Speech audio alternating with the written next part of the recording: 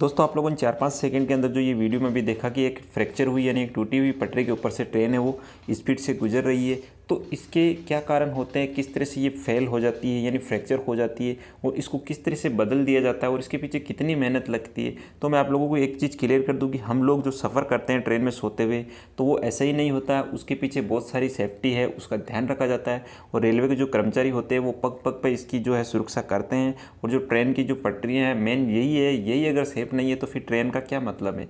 देखते हैं कि इस वीडियो में हम किस तरह से अगले 5-4 मिनट में अपन को पता लग जाएगा कि किस तरह से जो रेल की पटरी है यानी जो ट्रेन की पटरी है उसको चेंज किया जाता है।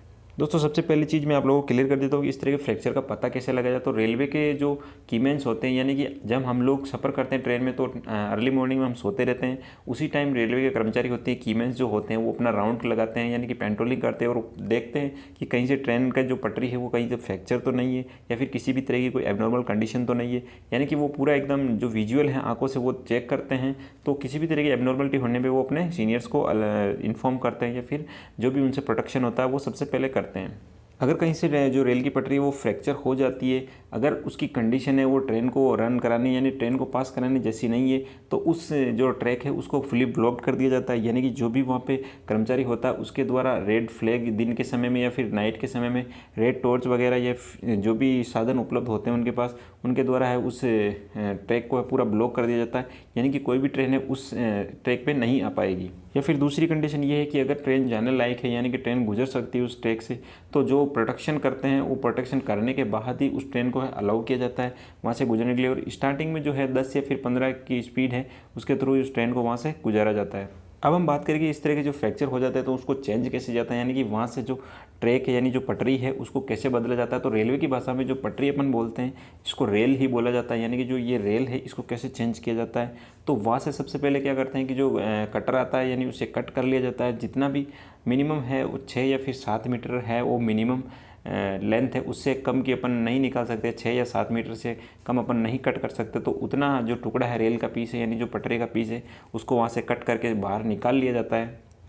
रेल पीस कट करके निकालने से पहले ही जो रेल का पीस जितना निकालना उतना दूसरा रेल पीस है वो लाया जाता है। यानी कि जो ट्रेन की पटरी है उतनी लेंथ की वो ला के यहाँ पहले ही रख दी जाती है। फिर उसके बाद है वो ये रेल पीस निकाल के उसको साइड में कर देते हैं। रेल पीस साइड में करने के बाद जो रेल पीस अपन लेके आए हैं उसको उसमें डाल दिया जाता है यानी उसको सेट कर दिया जाता है। और जो भी फिटिंग्स वगैरह होते हैं, एंकर्स वगैरह जो भी होते हैं वो लगा दिए जाते हैं। और उसके बाद है इसकी वेल्डिंग की जाती है यानी कि जो थर्मिट वेल्डिंग होती है ट्रैक्स की, यानी रेलवे की जो पटरी होती है उस पर थर्मिट वेल्डिंग होती है और उस थर्मिट वेल्डिंग को उस ट्रैक को थर्मिट वेल्डिंग करके उस ट्रैक को जोड़ दिया जाता है। थर्मिट वेल्डिंग से जोड़ने के बाद इसके दोनों साइड जहाँ जहाँ वेल्डिंग हुई है वहाँ पे होल कर दिए जाते हैं। और होल करके या फिर बिना होल किए तो फिर वहाँ पे कुछ अलग तरह का प्रोटेक्शन होता है। और अगर होल कर देते हैं तो फिर बोल्ट लगा के कुछ अलग तरह के जो प्लेटें होती है वो लगा के इसका प्रोटेक्शन होता है। और उसके बाद में है इस वेल्डिंग की जो है टेस्टिंग होती है। अगर ये टेस्टिंग में पास हो जाते हैं तो जो प्लेटें हैं वो खोल भी सकते हैं या फिर नहीं भी खोल सकते हैं। अगर वेल्डिंग में फेल हो जाती है तो फिर जो प्रोटेक्शन है वो परमानेंट कर दिया जाता है। या फिर ज़्यादा ही कुछ डेंजरस लगता है कि वेल्डिंग फेल हो चुकी है तो फिर इस रेल को और आगे से कट करके है फिर से चेंज कर दिया जाता है और एक दूसरी वेल्डिंग कर दी जाती है। तो उम्मीद करता हूँ आप लोगों को ये चीज़ें समझ में आएगी कि किस तरह से जो ट्रेन की पटरी है वो फ्रैक्चर हो जाती है तो उसको बदल दिया जाता है और किस तरह से इस तरह का जो मेहनती वाला काम है वो किया जाता है। यानी कि हम लोग जो सफ़र करते हैं ट्रेन में बहुत ही आसानी से सफ़र कर लेते हैं, लेकिन उसके पीछे हज़ारों जो कर्मचारी है रेलवे के उनकी मेहनत लगी हुई होती है, खून पसीने से इस जो ट्रेन की पटरी हैं उनको सींचते हैं, इसीलिए हम लोग आसानी से सफ़र कर सकते हैं। तो एक लाइक और वीडियो अच्छा लगे तो चैनल सब्सक्राइब करके बेल आइकन जरूर प्रेस कर दीजिए। Thank you so much.